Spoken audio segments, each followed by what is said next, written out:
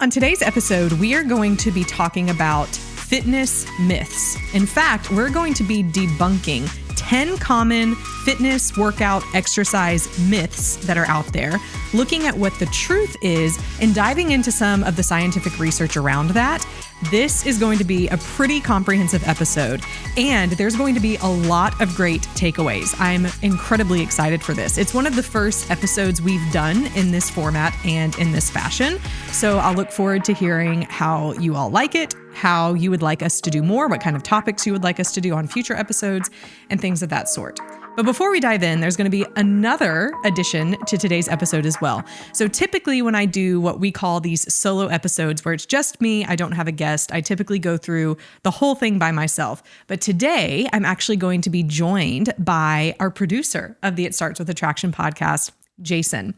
And throughout, Jason is going to be helping me stay on track, but also asking questions about things that maybe I didn't explain well, or giving some insight from his own perspective to help bring a more full perspective into all of this that we're going to be talking about today for people who might be listening who are maybe newer to working out and to fitness, or people who are listening who are more advanced and elite perhaps in their training regiment. So we want to be able to cover the entire spectrum on today's episode. So Jason, welcome. Thank you for having me. I'm here every episode. No one just sees me. So just don't see him. Yeah. He's here. He's the one who makes all the magic happen. So in today's episode, as I said, we're going to be talking about the 10 common workout myths. They're ones that I chose, Jason chose some of them, and we just dived into looking out there and seeing what do people kind of typically say, or what are some of the excuses they give about certain things that may keep them from being active or working out. I also want to point out as we start the podcast that the goal of this entire podcast, not just this episode, but the It Starts With Attraction podcast, is that we focus on the 4 areas of becoming the most attractive that you can be: physically, intellectually, emotionally, and spiritually. And in each episode, we want to highlight the areas of attraction that we're focusing on for that episode. And many times in the past, if you go to previous episodes from this, you can kind of figure out which episodes focus more on each thing. But on the front end, I want to say that today's episode really does fall more under that physical part of attraction. And even if you feel like you are good with your exercise routine, that you're working out a good amount and that you're happy with it, I still encourage you to listen to all of today's episode, because we're actually going to be talking about some mechanisms that happen inside of our body when we work out, when we don't work out, and even we're going to be getting into debunking some things about food and nutrition, especially when it comes to weight loss and some different things like that. So I believe there's still going to be a great takeaway for everyone. So the first myth that we are going to cover today is that spot reduction works. Now, what is spot reduction?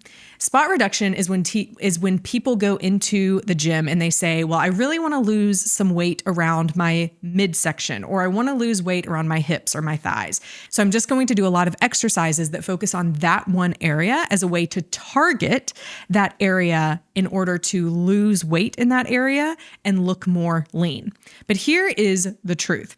The concept of spot reduction, which suggests that you can lose weight in a specific area of your body, has been debunked by multiple studies. There was one study that I looked at for this, which was actually done in 2011, so it was a little bit older, but it had 24 participants. There was a control group who did no exercises, and then there was an experimental group that did 7 different types of abdominal exercises. They did 7 types of exercises, 20 reps per exercise, 5 days a week for 6 weeks. So it was a pretty decent amount of ab workout for these people. And what the results found was that there was no significant effect of abdominal exercises on body weight, body fat percentage, android fat percentage, android fat, abdominal circumference. So android fat and android fat percentage are basically the percentage of fat specifically around the trunk area of a person. Abdominal circumference, which is if you were to just take a tape measure and put it around your waist, around your belly button, or abdominal skin fold, which was using calipers, and suprailiac skin fold measurements, which is another way of measuring body fat. Basically saying there was no effect. There was no effect of a change in the fat mass in the area of a person's midsection, even after doing 6 weeks of a pretty decent amount of abdominal exercises. But they did perform nearly 50% more reps than the control group who didn't do any exercises, any core exercises at least. They performed nearly 50% more reps on the post-exercise test. So there was no reduction in subcutaneous fat or fat in their midsection, but there was an amazing amount, nearly 50% increase in the strength, you could say, or at least the muscular endurance of their abdominal area by focusing on this. So here's the bottom line. The bottom line is that we cannot control where on our body we lose fat, but we can focus on where on our body we want to increase muscle strength and muscle tone. So instead of focusing on spot reduction, aim for full body workouts and increase your overall calorie burn, which can help you burn overall calories. That was redundant, but increasing your overall calorie burn helps to lose fat, which is going to happen over your entire body, but that at least allows it to also happen in the area that you're hoping that you would lose fat as well. So that is the key here. The bottom line, you can't control where you lose fat, but you can control where you gain muscle and muscle size and muscle strength. So spot reduction does not work. You can't control where, there's nothing that you can do that can control where you lose the weight from, correct? Yes, that's correct. Okay. Big picture. Yes, that's correct. Yes. But you can't control what areas of your body you can focus on to perform better, correct? Right. So it would be like targeted muscle groups. So you can target muscle groups through certain things. So especially for women, and some men, there's a common area that they want to grow are glutes. Okay.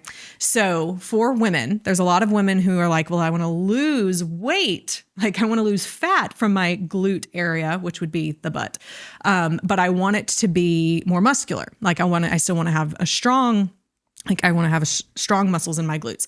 So running, elliptical, rowing, like all of that can help to burn fat. But then by doing things like squat, different glute exercises, that can help to build the muscle in that specific area so that, and especially like this can also be common for men who don't typically have butts. They will typically do things like deadlifts, more glute exercises because they want to have that, like they want that to be a more attractive feature on them. And so they'll do those things, squats, deadlifts, glute work. But it's the muscle work that's actually leading there to be more tone in that area. It's not necessarily the weight loss of that area. For men, another one will be biceps, right? Like it's losing weight will help get rid of some of the extra bulk in that area that can help lean it out. But it's not just going to get more visually appealing. Like it's not going to get more visually appealing unless you also do the strength work to target that muscle group area. Okay. So spot reduction doesn't work. Right.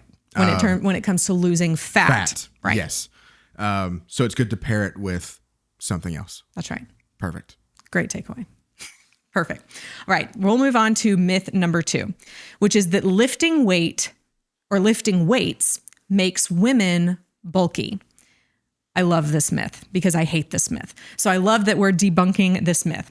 So here's the truth of the matter. The fear of becoming bulky from lifting weights is unfounded for the majority of women because we do not have the same amount of levels of testosterone as men do. I'm going to get more into that a little bit in a minute. Strength training will more likely lead to a lean, toned appearance rather than a significant muscle bulk. It enhances muscle definition, like we were just talking about. It increases your metabolic rate and it improves bone density. Okay, so what does all of that mean?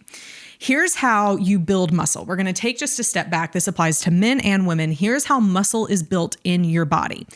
The more food that you eat than the calories that you burn, or the more calories that you bring in than the calories that you burn, bring in an excess amount of mass into your body. This can be stored as fat, or it can be created into muscle. But you cannot create more muscle. You cannot add muscle onto your body. Now, you can lean out and you can make the muscles that you have leaner, and you can make them like through hypertrophy exercises and things like that. You can make them just have a better appearance to them, a better leanness, all of that. But you can't actually add to the bulk of the muscle that you already have on your body unless you eat more calories than you burn. So when you eat more calories than you burn, for men and for women, that is what allows the excess mass in your body that your body, if you're weightlifting and weight training, can turn into additional muscle mass. So testosterone also plays a part of this. And even though testosterone is the highest amount in women, our testosterone levels are actually the highest level of hormone that we have in our body. So it's not even right to say, well, men have, that women don't have testosterone, women do. It's actually of all the hormones in our body, testosterone has the highest amount. We just have way less than men do. And because men have so much testosterone, there's a role that testosterone plays into this as well, of helping the men to turn some of this excess mass into muscle. So that is why when men sometimes have low testosterone, they tend to carry excess weight. But if a man just gets on testosterone replacement therapy, also known as TRT, even if he doesn't even start working out, although the effects of this would be much more maximized if he was working out, but even if a man just gets on TRT, where he's injecting or putting testosterone into his body, he will lose fat and gain muscle because testosterone is playing a part of that. Okay. Women don't have that same amount of testosterone. So it's harder for us to build that level of muscle mass in our bodies anyway. But the bottom line of it is this: it's not the lifting weights that makes you bulky. It actually makes you lean. Lifting weights leans us out. It helps us to burn some more of that fat. It helps us to do some of those things, more of which we'll get into in future myths that we're going to overcome. The bulk comes from the increase in calories eaten. So that's why when you hear bodybuilders or people who are really into fitness talk about going through bulk phases and going through cut phases, it's in their bulk phases that they're intentionally eating more calories and doing a lot more weightlifting so that the calories that they are bringing in will not turn into fat, but will turn into muscle. So when people are trying to gain a lot of strength, even women, then yes, you may want to actually bulk up in certain areas, kind of like what we talked about. If you're wanting to gain strength in your quads, gain strength in your hamstrings and your glutes, if you're wanting to have a higher 1 rep max on your squat or your deadlift, or if those are things that are important to you, you likely need to go through a phase of bulking to where you add more muscle mass in your body. But then you'll also hear these weightlifters talk about going through cut phases. And it's during the cut phases that they're restricting their caloric intake in order to burn fat.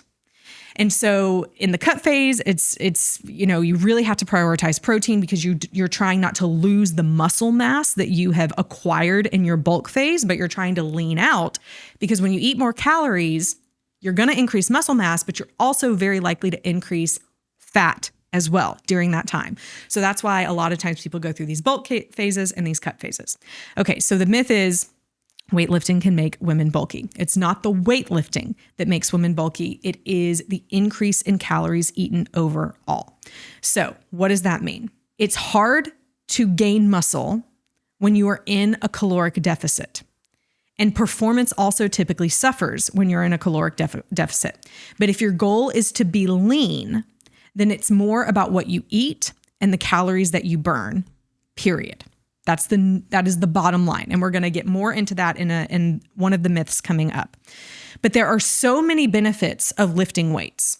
and having strong bones, especially for women, because you lose strength as you age. In your 20s to your 40s should really be a time to focus on gaining as much muscle as you can, because in your 50s, 60s, 70s, 80s, we begin to lose muscle, all of us, but especially women, at a much larger rate or a much quicker rate than we accumulated in those years. So it is important. It is so important to lift weights, to do weight training. It's not going to make you bulky unless you're really intentional about overeating. And while you're overeating, you're also doing a lot of weightlifting. And then you might be thinking, well, what about the female bodybuilders? Most of them are also taking some kind of steroid to increase their testosterone so that they can have the amount of muscle that they have. And then overall, the more muscle mass that you have actually helps you burn more calories because it increases your basal metabolic rate. So it's not the weightlifting that makes women bulky. It's the amount of calories they're eating while they're weightlifting that can make them bulky. And it's true for men as well. Jason, I just talked a lot about that.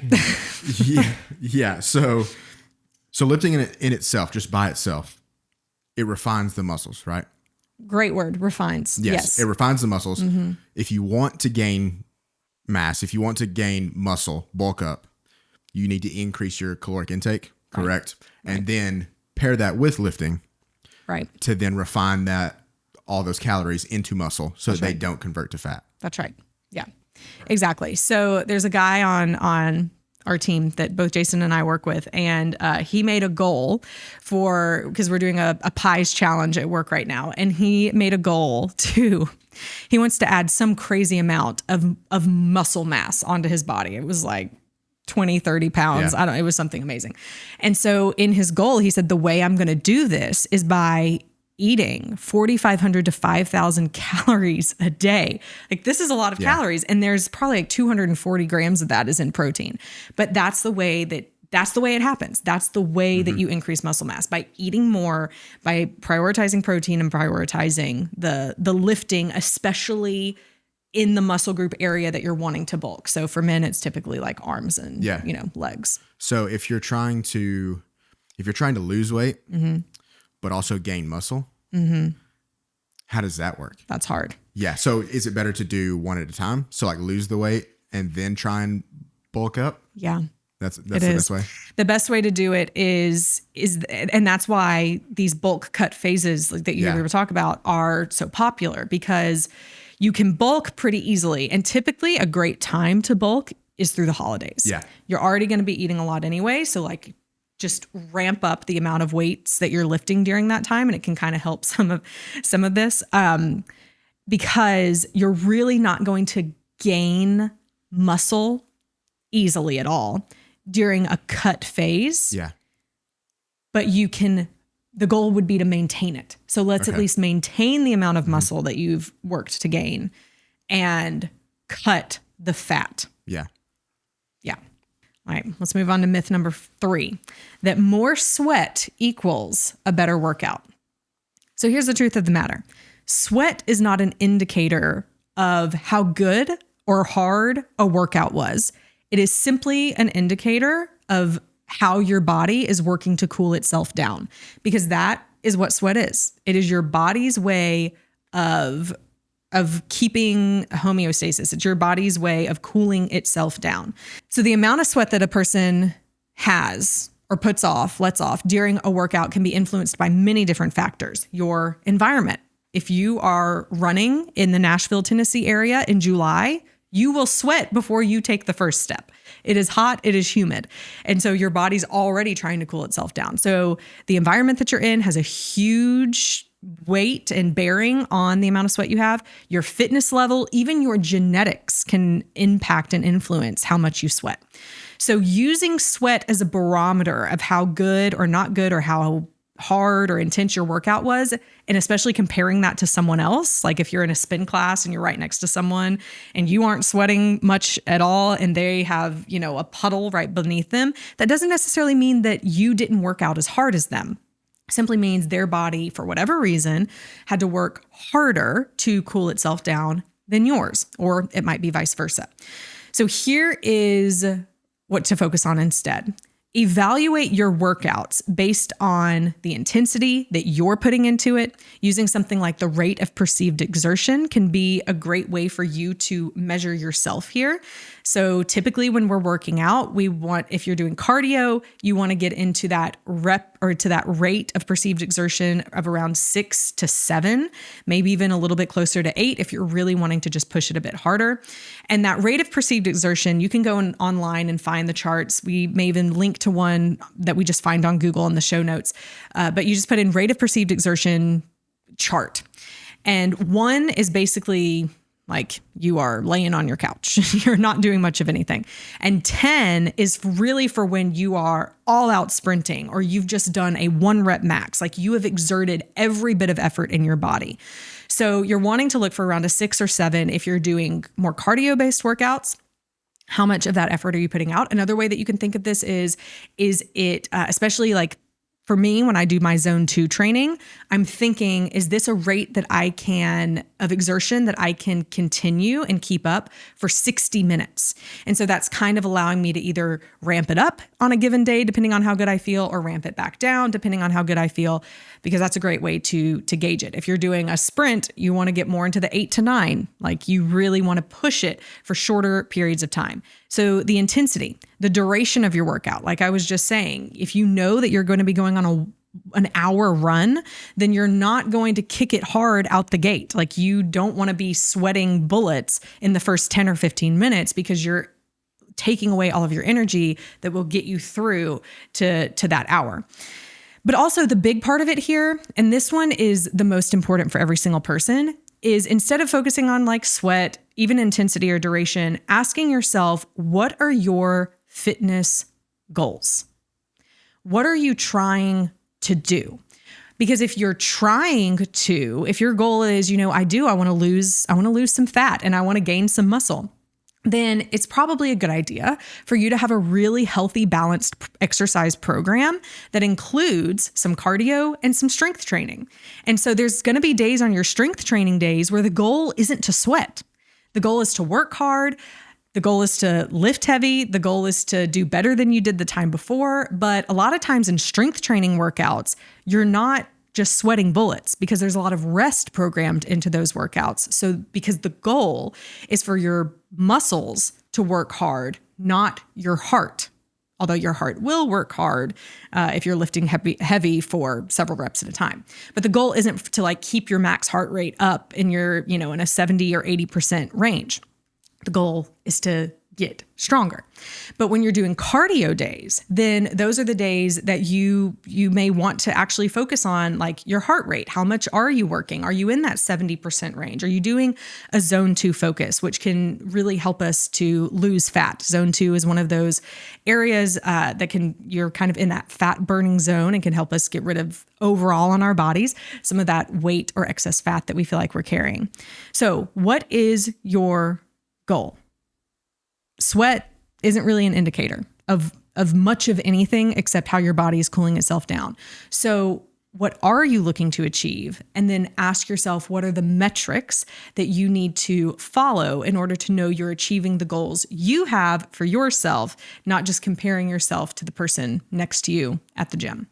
Yeah, this is a very common misconception because I actually didn't know this until 5 minutes ago. You were today years old? Yeah, I was today years old when I found this out because 2 days ago when I was at the gym, I was working out. It was morning time, kind of sleepy, whatever, trying to get going. And I was like 2 sets into my workout. And I was like, I'm really not sweating. I really need to ramp it up. But now. Oh no, that's how you hurt your back. It is how I hurt my back. That's the day you hurt your back. It makes sense. Oh, It makes sense. So now you're saying that it's not about how much you sweat. No. So the healthiest way to go about this is by setting the goals, figuring out what you want to accomplish, and then mapping it out maybe. Yeah. Writing it down, coming up with a plan, a workout plan. Yeah. To be able to do this in a healthy way so that you're not trying to kill yourself in the gym. Right. By trying to sweat more. Right. And that's it. I mean, the goal, like lifting weights, unless you're intentionally doing high intensity training or something like that, if you're lifting weights for strength gain, you really shouldn't want to sweat that much. But when you are, because, well, I won't get much into that. We'll cover it in another thing. But yes, I'm glad that you learned that today. Yeah, I'm glad we got to the bottom of my back injury as well. That's right. Because I just realized that. Yeah. Dang it. Now you know. I should have known this. Now you know. Right along with that is myth number 4, which is no pain, no gain. So the truth of the matter is here that while muscle soreness can be a part of adapting to a new workout regimen, pain should not be seen as a sign of effectiveness. And pain here, I would like to split into 2 different definitions. There's pain, which is an acute, sharp pain that you may feel in the middle of a workout. So let's say that you're squatting or you're deadlifting, running maybe even, and in the middle of that workout, you start to feel a sharp pain. If you feel that, you should listen to your body and stop the exercise at least long enough to understand what happened. So sometimes you can feel, I know me, if I'm deadlifting, maybe squatting, and my form is off for whatever reason, and I begin to feel pain, which is different than it being hard. If I feel a pain, a sharpness, then do not continue doing the movement with that pain. Your body is trying to tell you something is not right, that the alignment is not right, that whatever you're doing could be very hurtful, and you need to stop, reevaluate, lessen the load, do something, and try again with a lighter load or after you fix your form. But if it still continues to hurt, switch to a different exercise, because working through pain is stupid. Don't do that. But that doesn't mean that you can't work through discomfort. And discomfort here specifically, like, well, this is hard. If it's hard, then yes, like continue to work through that, because that's how you're getting stronger. But the other pain that we want to talk about here is soreness. So a lot of times people feel like if they don't get super sore after a workout, and the term in the literature and in science for this is delayed onset muscle soreness, DOMS for short. So a lot of times people feel like if they don't feel that muscle soreness the next day or 48 hours after, that they didn't work out hard enough. And that's actually not true. The delayed onset muscle soreness is most likely, most of the time when it occurs, it's occurring because you are doing a new workout. Your body and your muscles are adapting to a new form, to a new workout, to a new type of load that it's experiencing. So it has everything to do with a movement being new and not as much to do as the workout being effective. Because the more your muscles get acclimated to that move, then the less sore you might be the next time you do it.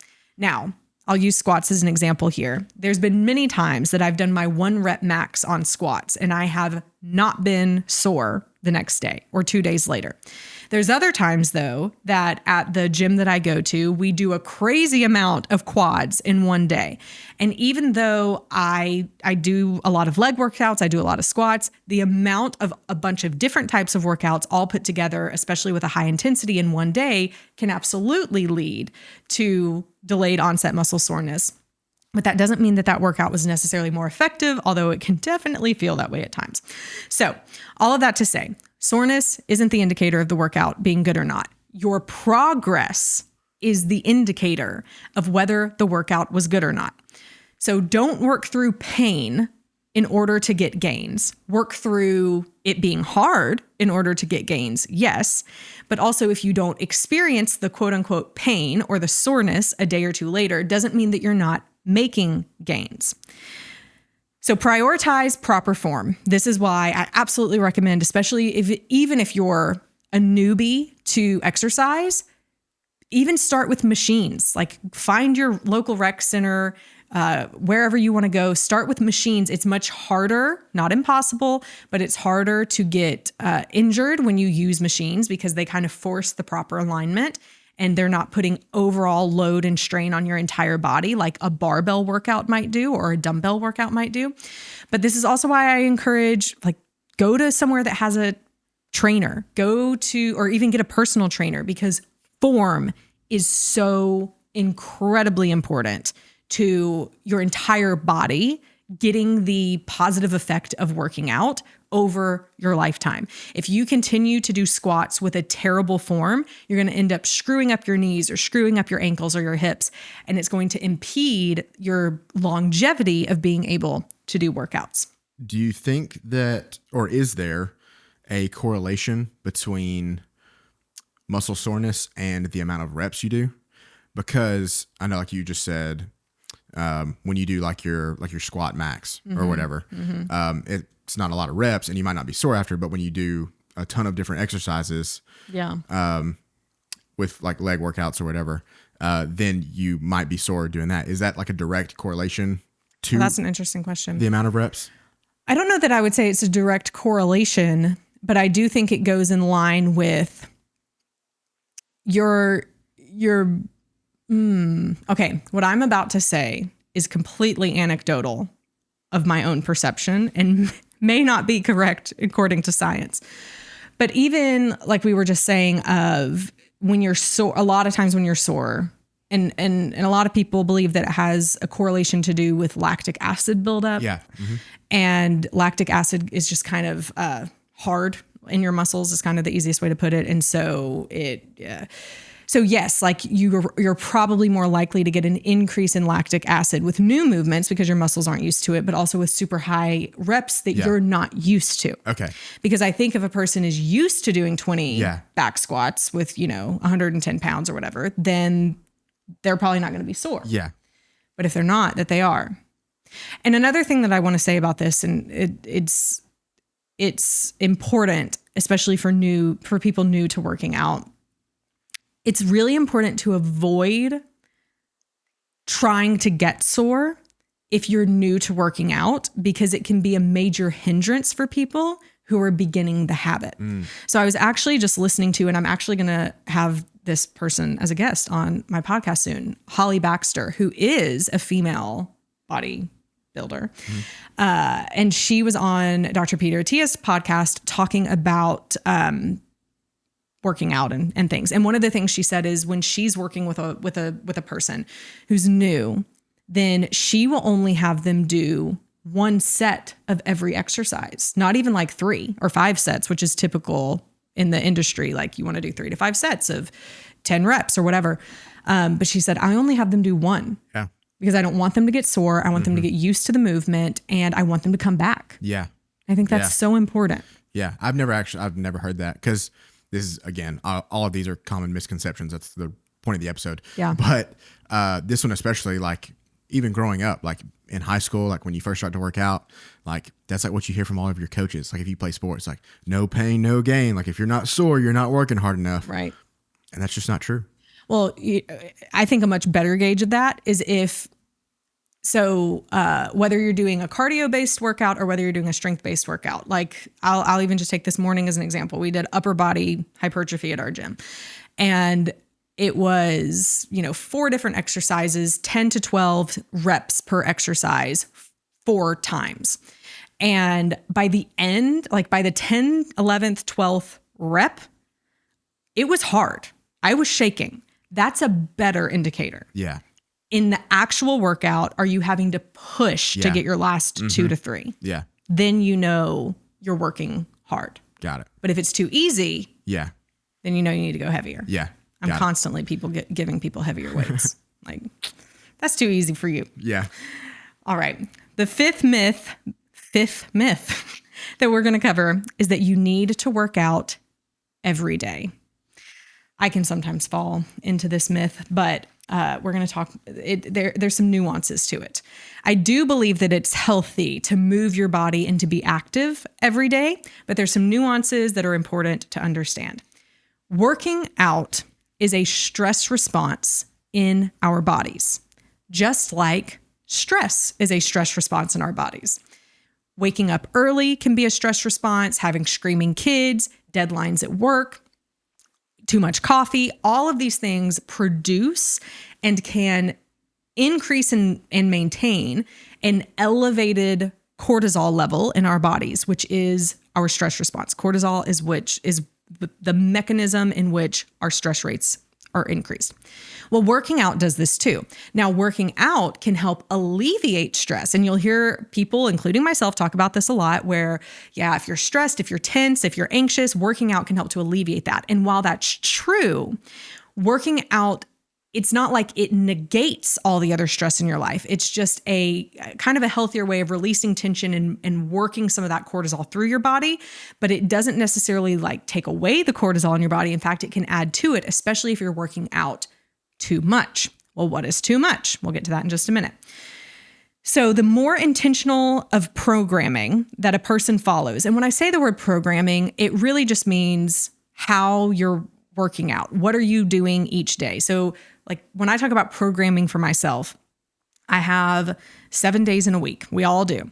And I will typically take 3 of those days and focus on zone 2.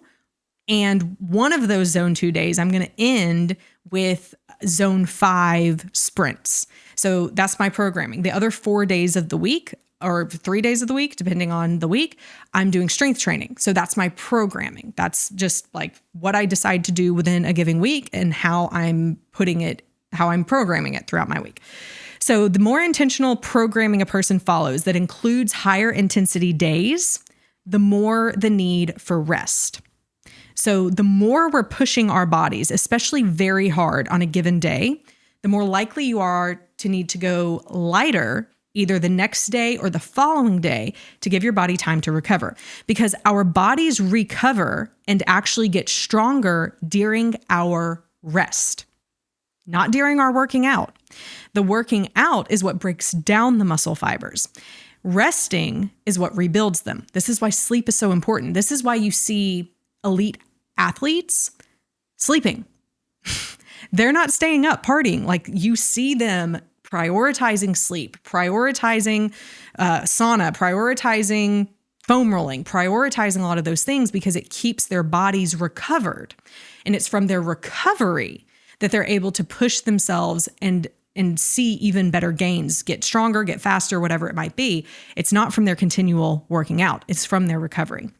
And continuing to thwart that process by not allowing sufficient rest is absolutely going to hurt you. Whether actually hurt you, like you're more likely to get injured, or you're more likely to have chronic stress because of overtraining or overworking and things like that. So this is also why people who maybe run a lot, 3 to 5 miles a day, and then try to go into the gym and lift heavy weights, it's really difficult for them to do that because their body is already under a chronic stress from a lot of the cardio that they're doing. And so they can't exert the effort in order to get the gains that they're wanting to see strength-wise. There's a guy that I follow on Instagram. I'm hoping to have him on the show soon. His name is Joel Jamieson, and his last name is spelled Jamieson. He is the creator of this device called Morpheus. And no, it's not the transformer or whatever. I don't know. Whatever y'all were talking. When I said it in the office. Yeah, it wasn't even that. It's not even the right word. Oh no, Marvel. Yeah. It was a Marvel I thought movie. It was Morbius. Morbius, that's right. Yeah. It wasn't even the right word. But it's a device that, it's a heart rate monitor that you wear when you're working out. And for the first 2.5 minutes that you wake up each morning. And I've been using it for since November, and I'm recording this in February, about 3 months, maybe 4 months now. And you put it on in the morning. It tracks your HRV from when you first wake up. I used to wear one of the sleep rings, but the battery just completely died after 3 years, and I'm boycotting the fact that they have membership fees now.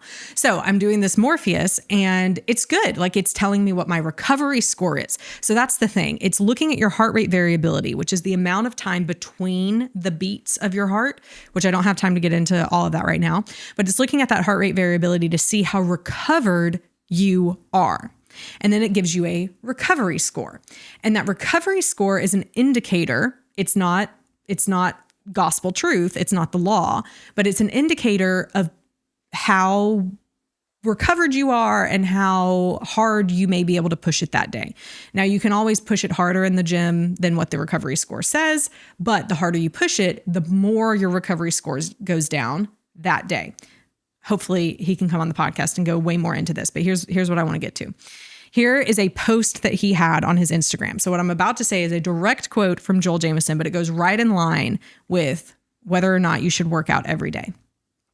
You cannot train with both high intensity and high volume for long before you end up overtrained and or injured.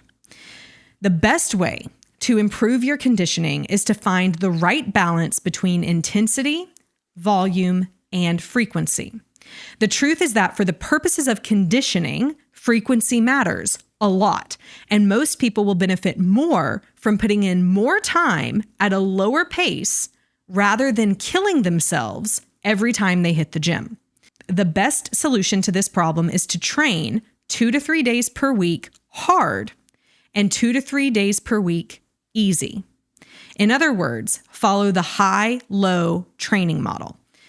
Even better, use my training app Morpheus, which I do use and I do like, to decide which days should be your hard days and which days should be your easy days, and then hit your weekly training targets, because Morpheus also gives you like percentages to focus on, like how many minutes to focus on in each heart rate range every single week, which has been really helpful for me. If you do this, you'll be well on your way to having world-class conditioning. Here's what I hope you hear. It's not necessarily about working. It's not necessarily about moving your body or being active every day. I believe there is an absolute case to do that. Go on a walk, do some yoga, do some stretching. Absolutely. It's when we want to push it hard every day that we are going to hurt ourselves and hurt our long-term ability to be able to work out at the pace we want to work out for the longevity of our lives. And that's the thing, though, right? This is. I feel like this is going to vary person to person, right? Mm-hmm, so for sure, it's not like a generalized thing. So like if you're hearing somebody say like the gospel truth of like, you need to work out, do these workouts this day and do this and do this and do this, like it's going to vary depending on how long you've been working out. If you're brand new, like you might not work out every day. Right. Like that's the whole point of this. Like you need to have time for your body to recover. Yep. And working out too much, it messes with your cortisol levels, correct? Yep. Which then leads you to not be able to sleep. Right. Which then leads your body to not be able to recover. That's absolutely right. Yeah. Absolutely right. Sleep is key. Yeah. This episode's not on sleep, but there will be a future episode on sleep. And yes, absolutely. Like the key takeaway is you need the rest. You need the recovery, not just resting your body like during the day. This doesn't mean just like sit on the couch all day on a Saturday and watch Netflix. Although there are days where if you wake up, and this is a point from, actually, I think I'm stealing a little bit from the next myth we're going to go into, but there is a question widely used in the performance psychology field, which is called the willingness to train question. And it's as simple as it sounds. Like it's waking up every morning and asking yourself, how willing am I to work out today? And if you just have this feeling like you've been hit by a freight train and you can't muster the energy to go to your workout class or to go for your run, maybe you just don't. Maybe your body is telling you that day that you need that sleep. And in the psychology literature, we see that when people that question is the number one question that relates to people actually being able to do well that day and perform well in the gym. And it's just a completely subjective measure. Yeah. Yeah. So let's go into myth number 6. You shouldn't work out if you're sick. Now, I have many asterisks by this on my notes because it's not necessarily a myth, and you could actually phrase it either way, that you should work out even if you're sick, or you shouldn't work out if you're sick. There's a lot of caveats to this. And like with everything in this entire episode, you should always consult your medical practitioner or provider. But here's the general consensus. If your symptoms are above the neck, like a runny nose, nasal congestion, sneezing, minor sore throat, then exercise, especially if you're just doing a moderate exercise that day. That's considered safe.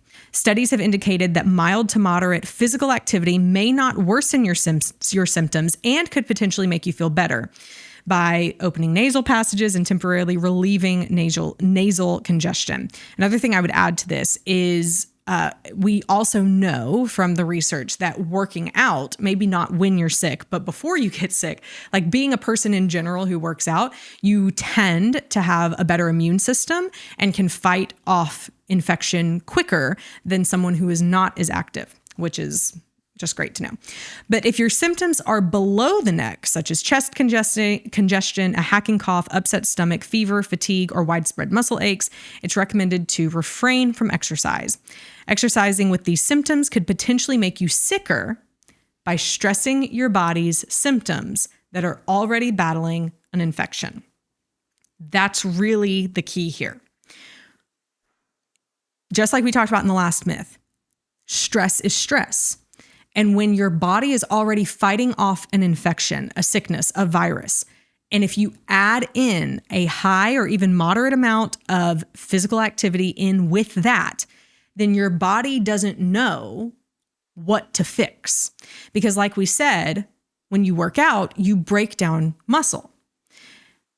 If you're breaking down muscle while you're also fighting off the flu, what is your body prioritizing? Which one is it going to, you're just inhibiting your overall ability to fight the infection and to get better quicker, and actually more than likely elongating the amount of time that you're sick. Now, I break this one all the time because I hate being still. But I will say when I've had the flu, there was not a chance that I could barely even walk to my fridge, much less like run. There's definitely days where I know I'm sick and I cannot, my body will not allow me to do this. But I got sick in December. And after being sick for like 2 to 3 days, about the 4th day, I said, you know what? I still have a cough and I still have some chest congestion, but I feel decent. Like I feel like I can at least go for a walk, or maybe do a light amount of exercises, maybe some push-ups, maybe some squats, just to like move my body. But here's the rule I follow. Again, you should ask your doctor, an actual like MD doctor. Go ask your doctor. But the rule I tend to follow is if I have the energy for it and I ease back into it slowly, I'm not pushing myself the very first day back in, but I try and take it slow. I just do something for 10 or 15 minutes the first day, maybe 20 minutes the next day.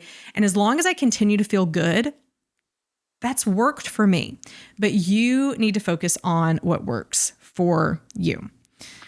And then it also goes back to the willingness to train question that we were just talking about. How, on a scale of 1 to 10, how willing are you to train today? And if when you ask yourself that question, your body is like, ain't no way. No. Do not feel like it. Listen to your body. And this is the other thing from experience that I know to be true. Every time my body has said no and my stubborn head has said yes, it's always been worse. I either get injured that day, I set myself back, I end up feeling worse. It's so much better to just start feeling better, to get to where you have a willingness to train, and then get back in the game from that point forward. So I guess the key takeaway, number 1, consult your doctor. Yes. For all things. Yes. Number 1, consult your doctor. But I think we need to remove the shame and the stigma of like missing a day at the gym is okay. If your body is telling you no, it's okay to miss a day, because if you go against your body, like you just said, you're going to end up regretting it. You will regret it. So a good key, like you talked about, if it's anything above the neck, if you just have a cold, and you feel like going, then it's okay to work out. But if your body is telling you no, do not work out. Do not work out. Yeah. So I would put one more caveat on that, because I'm glad you said that. I typically don't think of this because I have a gym in my garage. So I go to a gym, which I love, and that's where I typically go, but I also have a gym in my garage.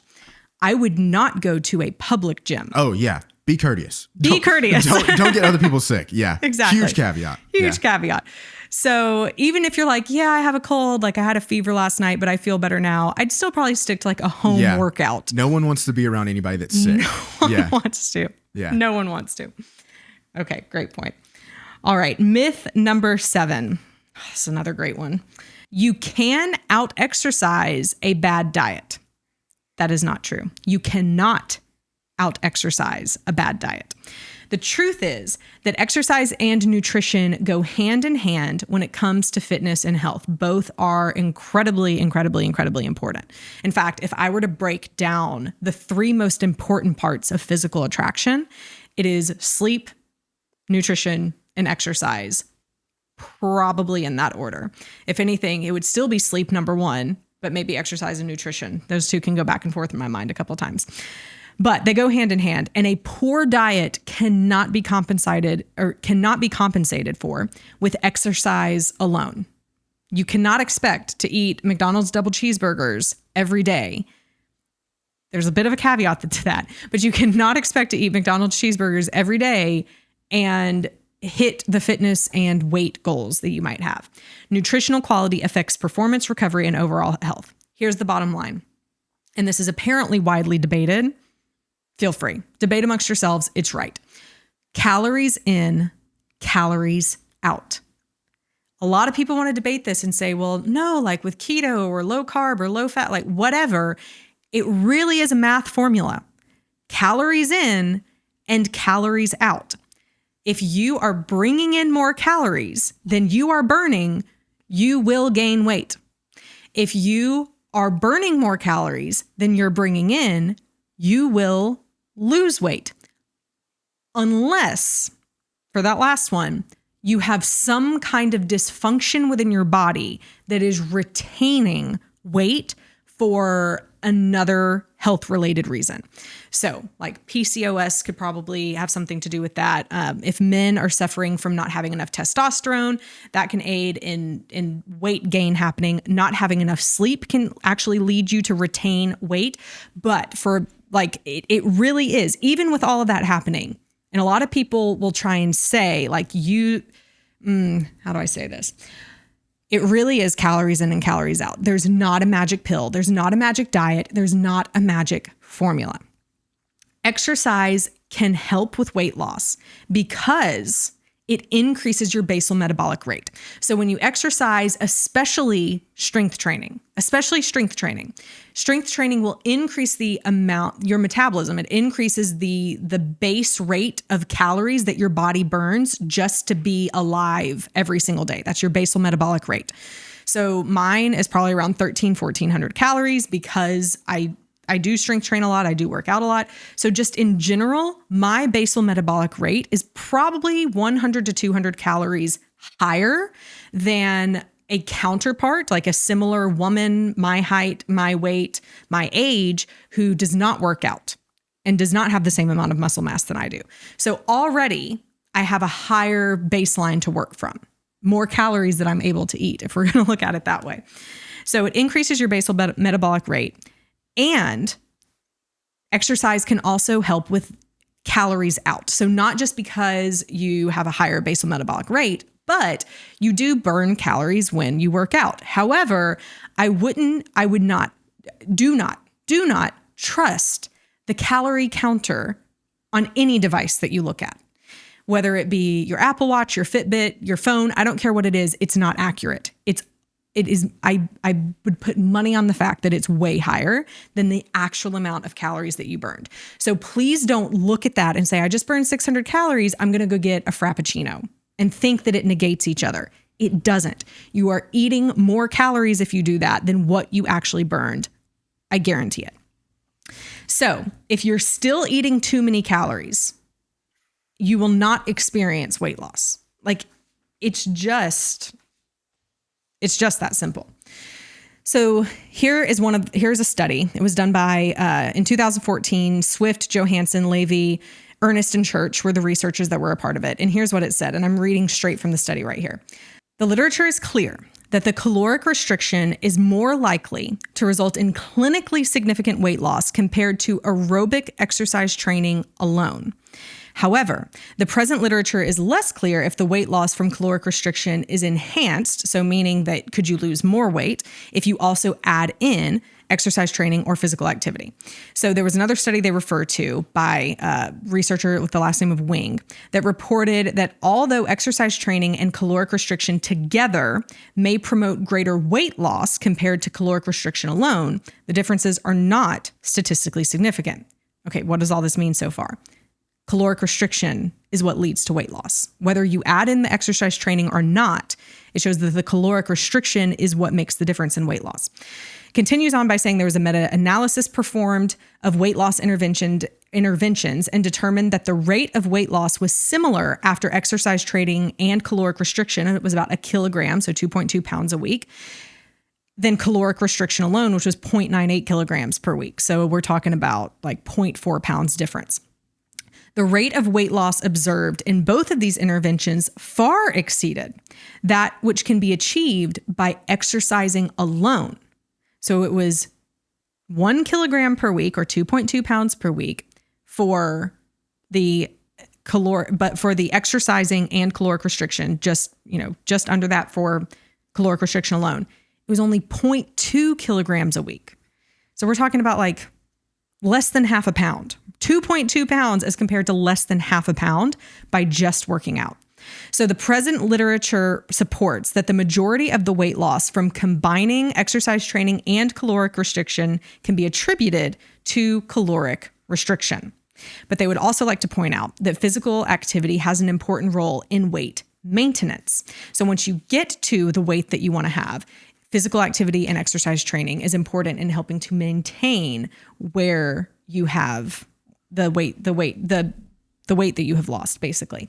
And then furthermore, it continues on to say that exercise training, regardless of weight loss, provides numerous health benefits, especially for overweight and obese individuals at risk for cardiovascular disease and current cardiovascular conditions. Physical activity has a major role in the amount of weight regained after the initial weight loss, so it's important to continue to adhere to an exercise program even after losing weight. So what does all of this mean? You cannot out-eat or out-exercise. You cannot out-exercise a bad diet. Caloric restriction, eating healthy foods, is the important part of the quote-unquote number on the scale, on your fat mass. Like that is the number one thing that you have to focus on. But exercise is important, not necessarily for the weight loss aspect of it, but because of all of the amazing things that physical activity and exercise training does for your body, separate and apart, but sometimes in conjunction with the caloric restriction. Oh, that was a lot. Yeah, it was. But it's something that you said at the beginning of this myth was that... So I didn't need to say the rest of it. No, you did. You definitely did. But at the beginning, you said that there were like the 3 pillars and you gave them in order: the sleep, nutrition, and exercise. Mm-hmm. You really have to have all 3 of those things to be like the healthiest version of yourself. Absolutely. So if you only have sleep and nutrition and you're not working out, you're not going to be the healthiest version of yourself. If you have nutrition and exercise, but you're not getting enough sleep, your body's not going to have time to recover and you're not going to be the healthiest version of yourself. Right. So the best way to do that is to incorporate all 3 into your daily, weekly routine. Oh, that's so good. Now that you've combined some of those, here's what I would say. I would say the worst combination you could have is that you're working out and you're eating right, but you're not sleeping well. Yeah. That's the worst combination. Probably the second worst, probably the best, the best combination would be all 3, but the next best, if we had to just pick 2, I would say sleep and, oh gosh, I can't choose. All 3. It has to be all 3. All 3 is the best one. That's it. Because there's so much that you miss that the other one can't provide. It's like an equilibrium. Yeah. To really get the best out of your body. That's right. You have to do all 3. You have to do all 3. And you can't sacrifice sleep. Yeah. As much as people in this office would like to argue with me on that point, you cannot sacrifice sleep. I fought this battle for a long time. Yes. And I gave in. You gave in. And she was right. And I was right. She was right all along. A question that I had is the quality of calories that you intake. How important is that in terms of being in a calorie deficit? Glad you brought that up. That goes back to the double cheeseburger comment. Yes. So if you are eating less calories than you are burning, you will lose weight. Yes. Even if it's double cheeseburgers. Mm-hmm. Here's the thing. How are you 100% sure how many calories are in that double cheeseburger? That's a good point. Can you stop yourself? I mean, I'm not asking you specifically, I can't. but I'm looking at you. No, I can't. People historically, and this is the other problem with this is the other thing that makes this hard. Historically, people are terrible at guessing how many calories they've burned. And every research study where people are reporting how many calories they've eaten, they underreport by 10 to 25%. Wow. We are terrible at knowing how much we're eating and how much we're not.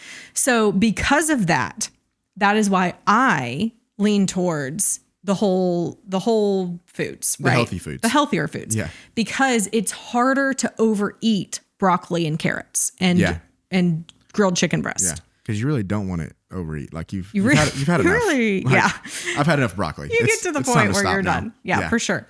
Can you still overeat it? Absolutely. But because of the fiber amount in it, the water amount in it, it's just more difficult to do that. But technically, it's calories in, calories out. Yeah. So that's why, there's a lot of things out there like if it fits your macros, and some people will really argue against that and some for it. And some people will say, well, the insulin response matters. And we won't even get into that right now. Yes, insulin response does matter, but it matters more, I believe, in terms of your cravings and than it does necessarily in the amount of calories you're burning. And if you're craving more, it's going to be harder to stop yourself. Yeah. Yeah. So that's my take. Okay. Myth 8. Workouts are not working if the scale isn't going down. Okay, we've talked about how there's two different things that we're focusing on. There's a difference in losing fat and gaining muscle. Losing fat, while aided by cardio, more so happens with the caloric intake. And we already just talked about in depth, well, not as in depth as we could have. We already just talked about calories in, calories out. That's really the math formula we're looking for here. So a lot of people will look at the scale and get super discouraged. And they'll say, oh, gosh, I'm going to the gym. I'm doing all this work. I'm doing all this running. And the scale isn't changing. Well, I'm sure we've all heard that the scale is not the best barometer of success, yet it's what we still look to all the time. I am guilty of this as well.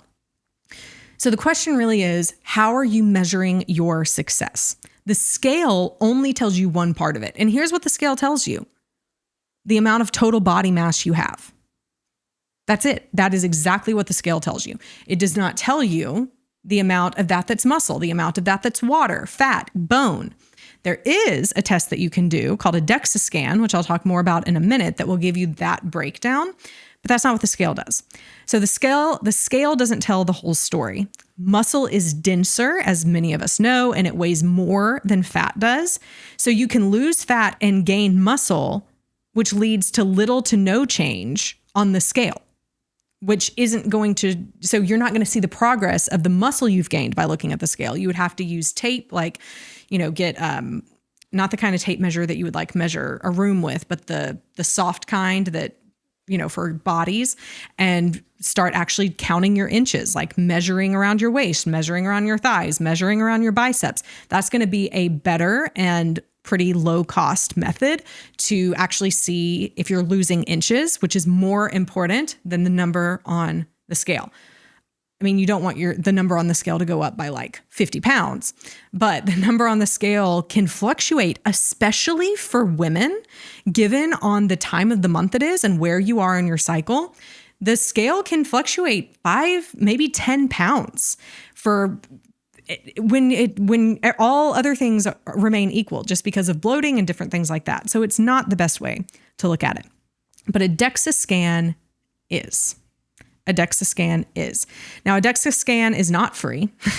For us in Nashville, there's a company, and in fact, you can go look at it. We have no affiliation with this company called Fitnicity, and you can Google it. It's in multiple cities around America, and you can buy a DEXA scan through these places, and they partner with different imaging centers that are around the country, and you can go to these imaging centers and get a DEXA scan done. If you are fortunate enough to live in a part of the country where you have like a research university near you, University of Texas, Austin, I know has done this in the past. I think one of the Maybe UNC has done it in North Carolina. But some of these places have DEXA scans because it's a part of their research lab. And you can actually go in and pay like 50 or 60 bucks. I mean, something relatively cheap to go and get this DEXA scan done, or you can go through Fitnessity. It's like 200 bucks. What does it do?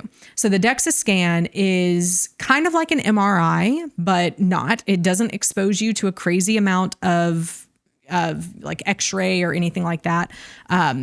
It's very safe to do. You go and you lay on it for about 5 or 10 minutes, and it measures your body, how tall you are, how much you weigh, but even more importantly, it measures how much fat, body fat do you have, adipose tissue, visceral fat, bone mass density. I mean, all of these things, how much muscle mass you have on your body.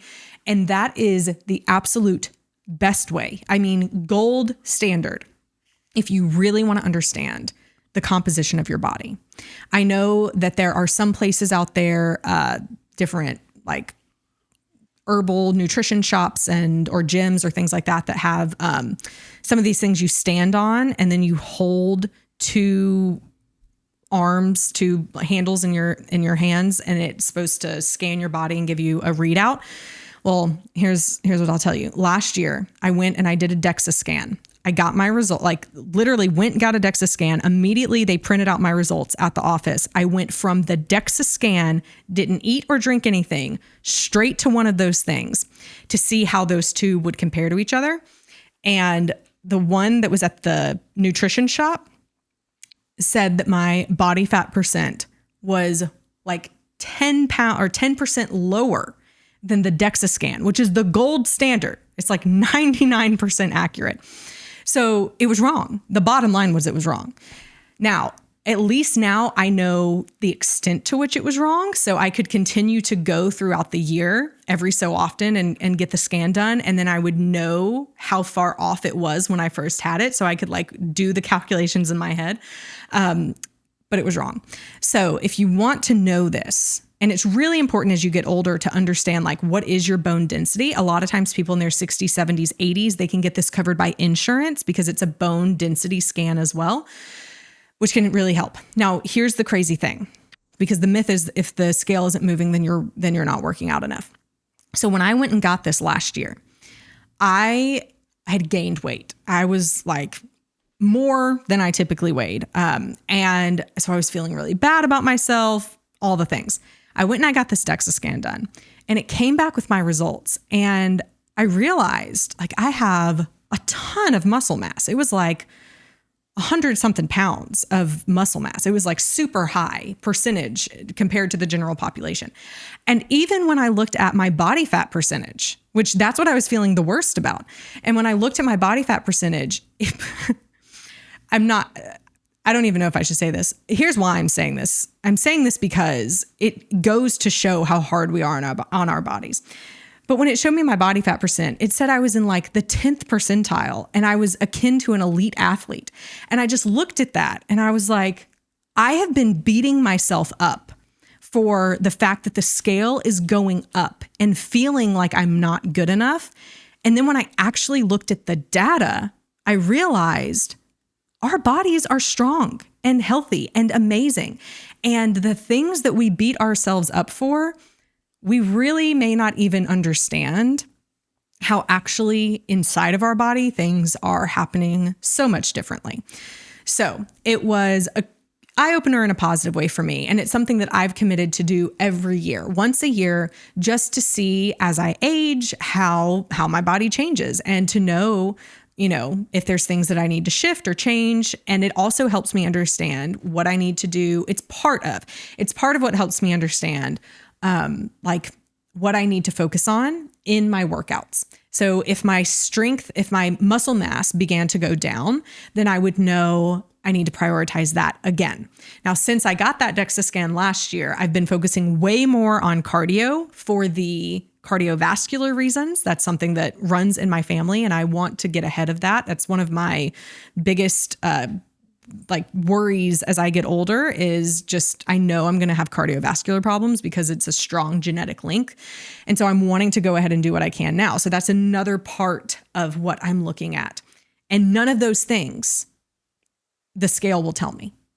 And they are the most important things: strength and cardio ability. And the scale's never going to tell me if I'm doing good at those or not.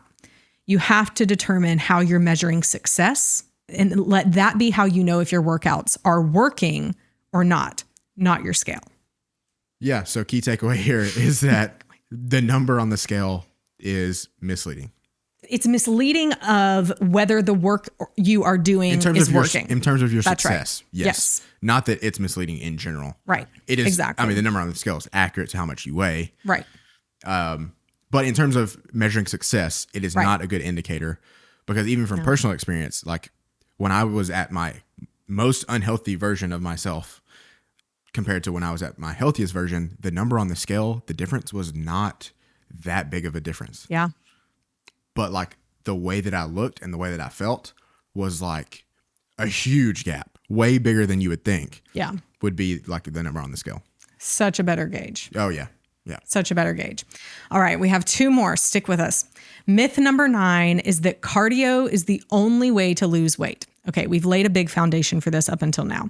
So we've already debunked that, because we've already debunked this in general, because we've talked about how calories in and calories out is the most important thing to focus on. And we've already talked about how cardio is good. It can aid in the fat burning, but it is not the only way to lose weight, because it is not the only way to lose weight. Like, it's not even the main way to lose weight. The calories in and calories out is the main way that we lose weight. So while cardio exercises are effective for helping to burn calories, which don't trust how many calories your watch tells you burned, but it does help you burn calories. Combining cardio with strength training is more effective for long-term weight maintenance and body composition changes. Strength training helps build muscle, which can increase resting metabolic rate, which we've talked about, and increases your calorie burn throughout the day, which we've talked about. So the application here is to integrate a mix of cardio and strength training into your workout to maximize fat loss, to improve muscle tone, and to enhance overall fitness. So there was one study done in 2012 by Willis, Slintz, Bateman, Shields, Piner, Bales, and Cross. It was in the Journal of Applied Physiology. And in this, there were 119 sedentary, overweight, or obese adults who were randomized to one of 3 8-month exercise protocols. So there was a resistance training group, an aerobic training group, or a combination, aerobic and resistance training. So the primary outcomes that they were looking at were the body mass, fat mass, and lean body mass. So the aerobic training groups, the aerobic training and the aerobic and resistance training groups reduced total body mass and fat mass more than just the resistance training group. But they were not different. They were not that different from each other. The resistance training and the aerobic training resistance training increased lean body mass more than just the aerobic training. While requiring double the time commitment, they're basically saying a program of combining aerobic training and resistance training is the best thing to do. So bottom line, that's what you need to do. It's what we've been talking about the whole time. They do 2 different things. You will build muscle through your resistance training. You're more likely to burn fat through your aerobic training, through your cardio. Strength training and cardio, they both have a place. The question is, what is your goal? If your goal is to run a marathon, then you need to have some resistance training programmed in for some cross training reasons, but your main focus is going to be on cardio.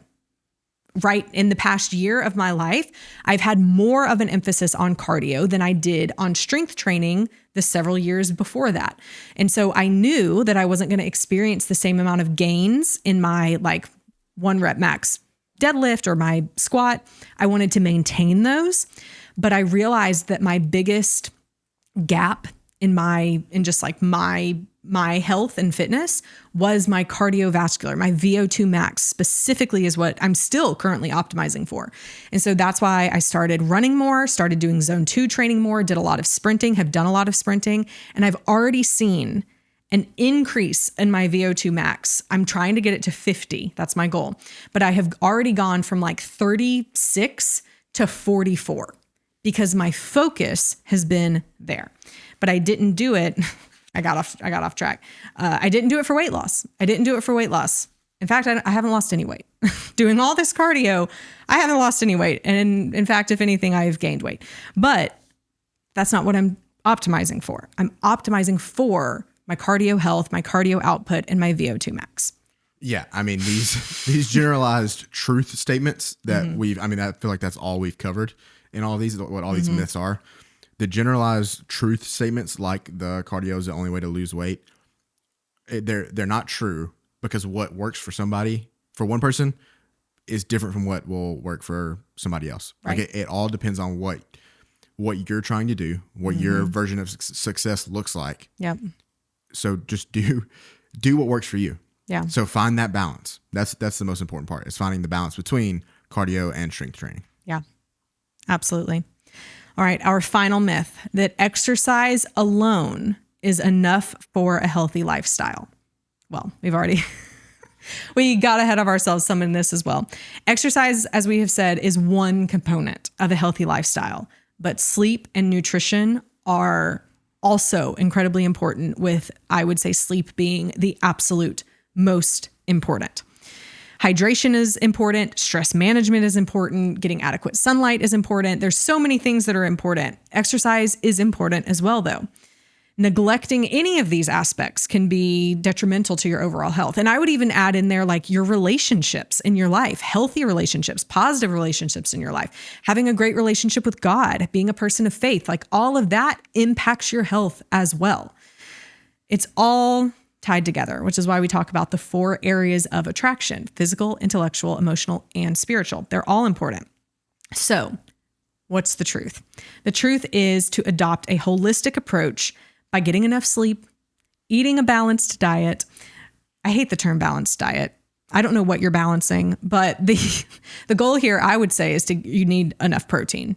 If we're going to talk about a truth of anything when it comes to food, you should aim for getting 0.75 grams, 0.8 grams of protein per pound that you weigh, as a general rule of thumb.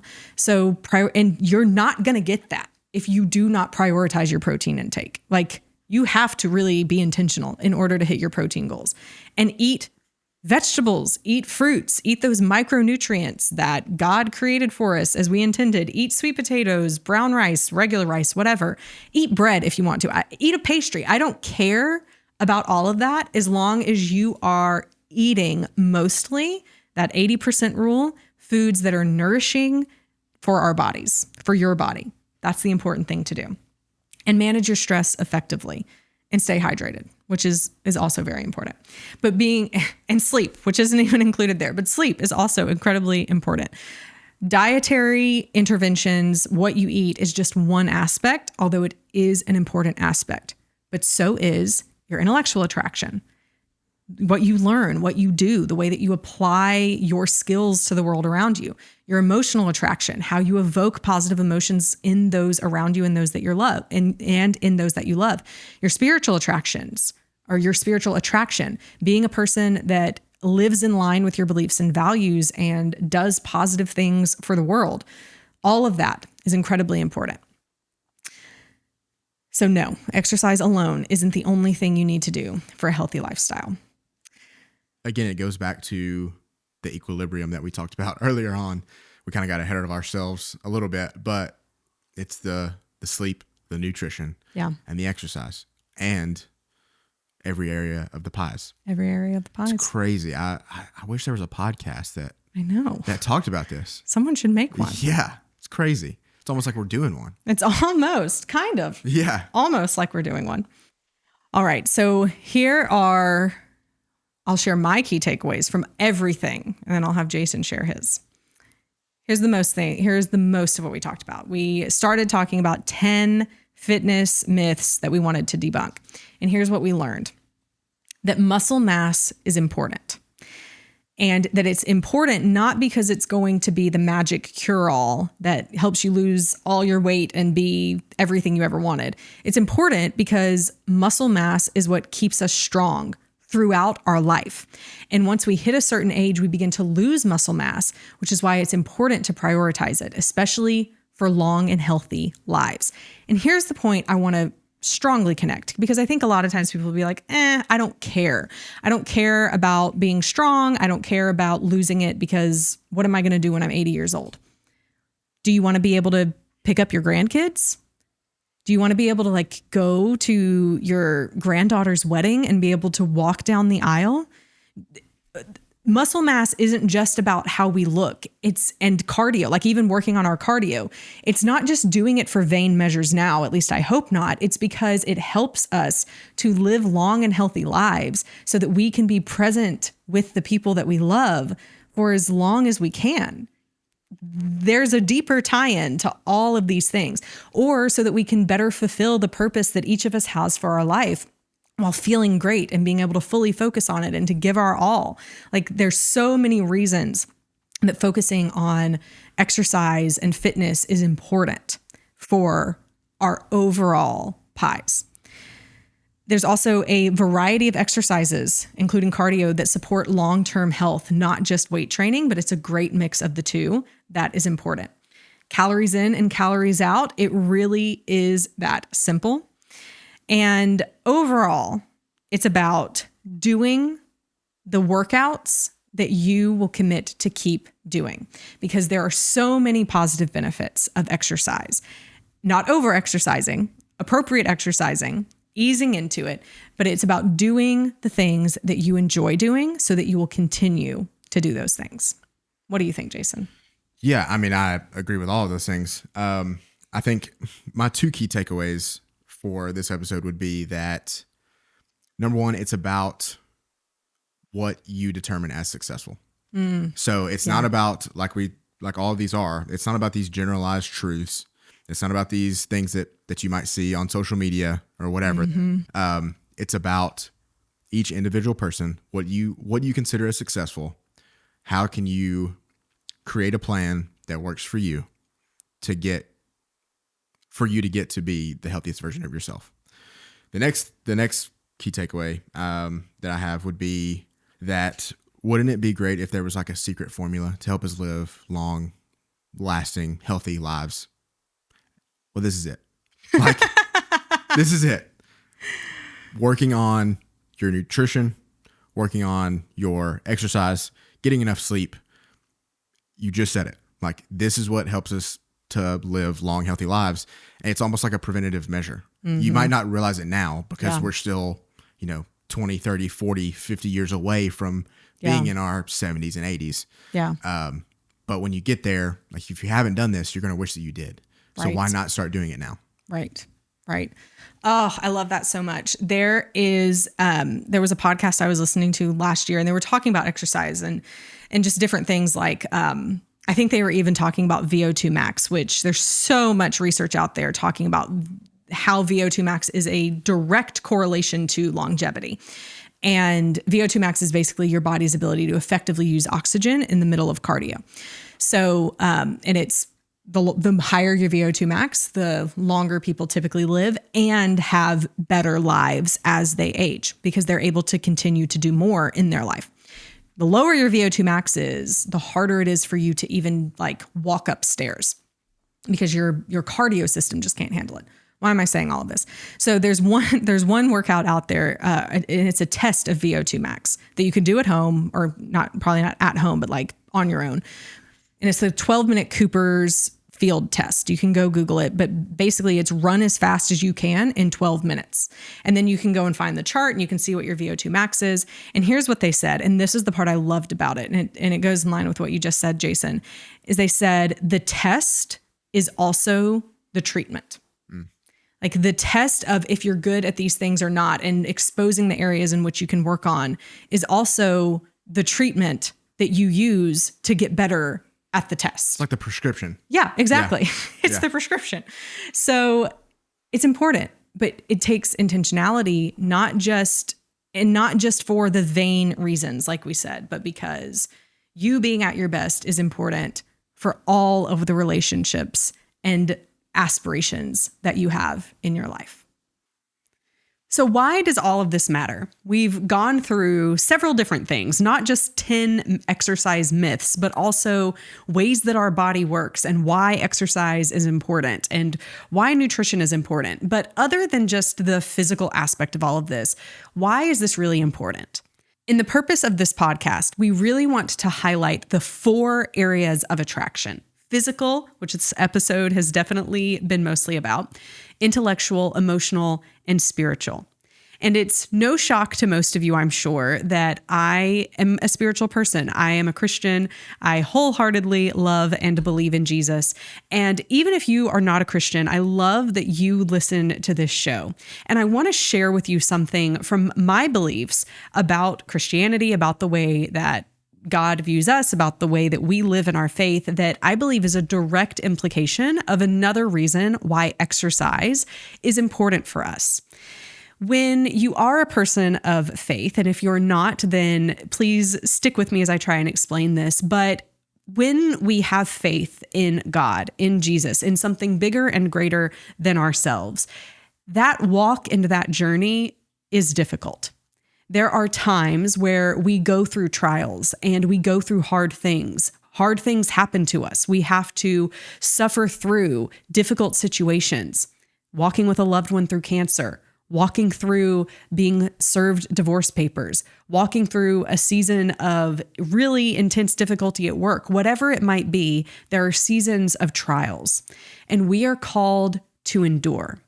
Even further than that, we are called as Christians and people of faith to continue to trust God even when we don't see what's coming next, and to endure in believing in God and in trusting in Him, even when we can't see what He has in store for us next.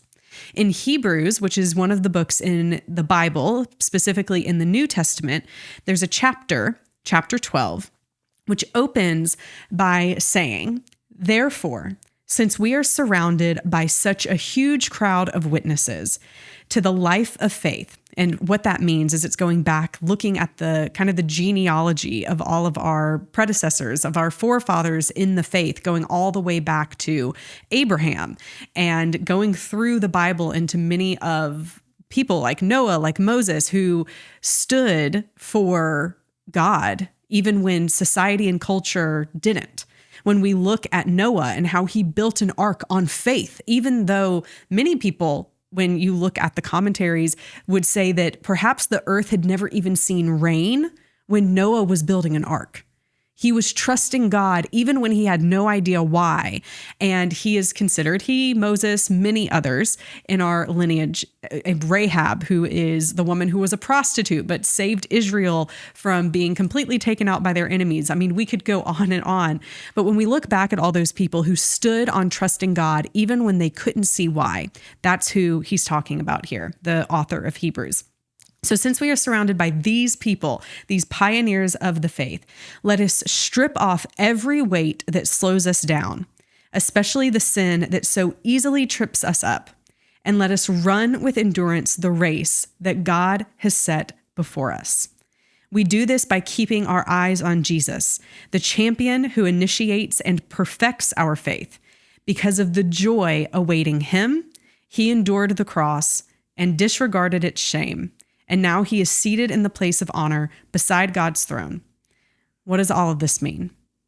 Our physical selves, when we exercise, when we train, when we run a race, it is simply a physical and bodily example of what our faith endures every single day.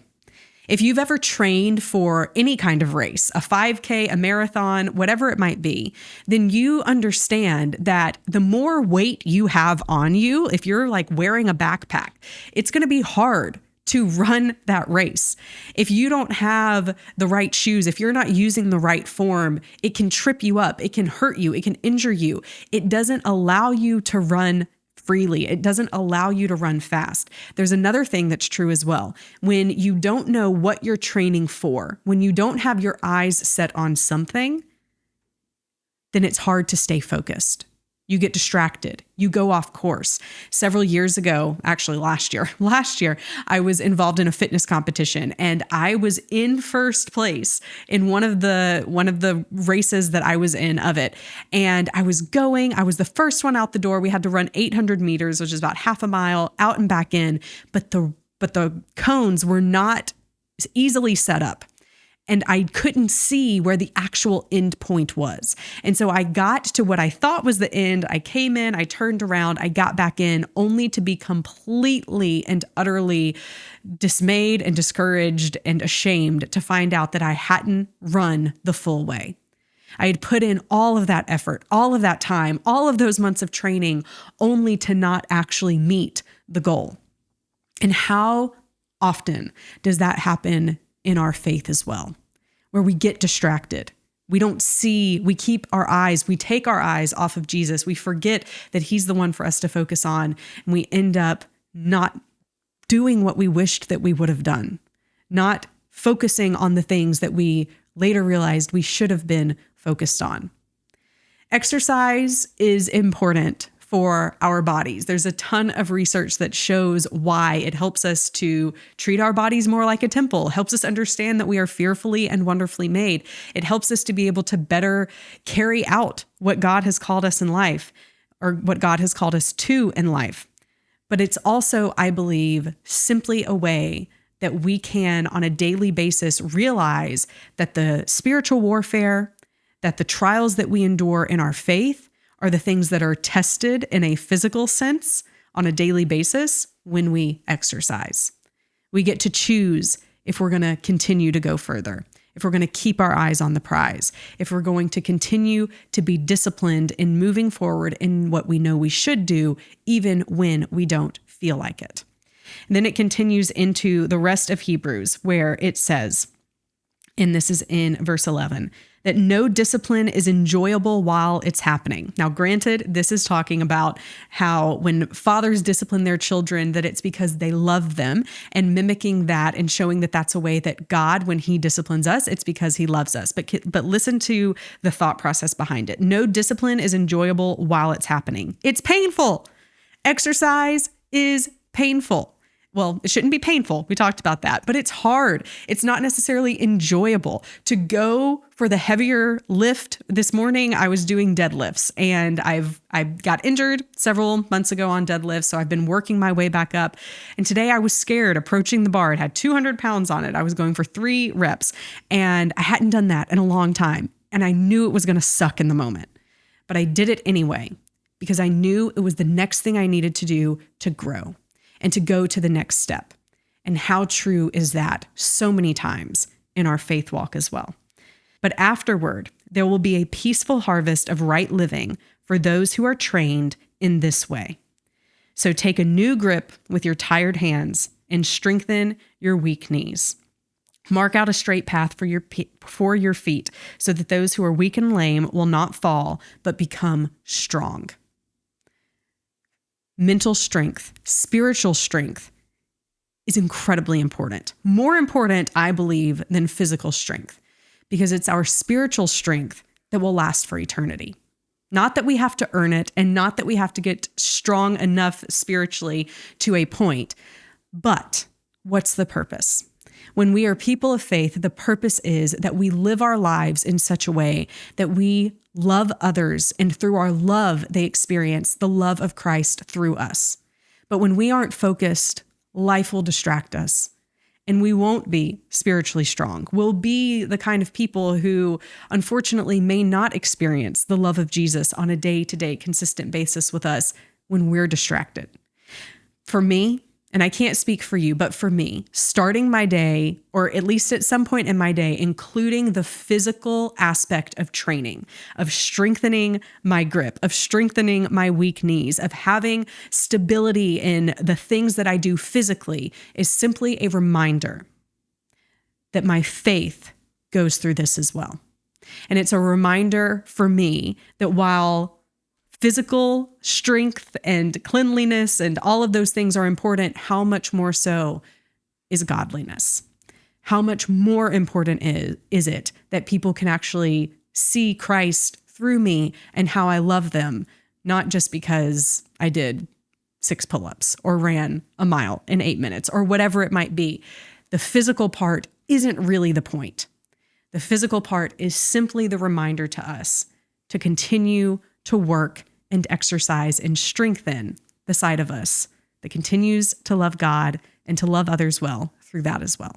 I hope that you have enjoyed this episode. And as we said at the beginning, this is a new format for us to really go deeper into some of these solo episodes where it's just me, and even bringing in more of my beliefs and how the science is still backed by what I believe as a Christian. And I see how God works all of these things together for us to be healthy, not just to be healthy in our physical bodies, which one day we won't have anymore, but to be healthy so that we can do the things that God has called us to do. If you have loved this episode, please share it. We would love for you to share it with a friend or share it just online for whoever to listen to. And please leave an honest review. We always love to hear from you, and I take your feedback seriously. Until next week, stay strong.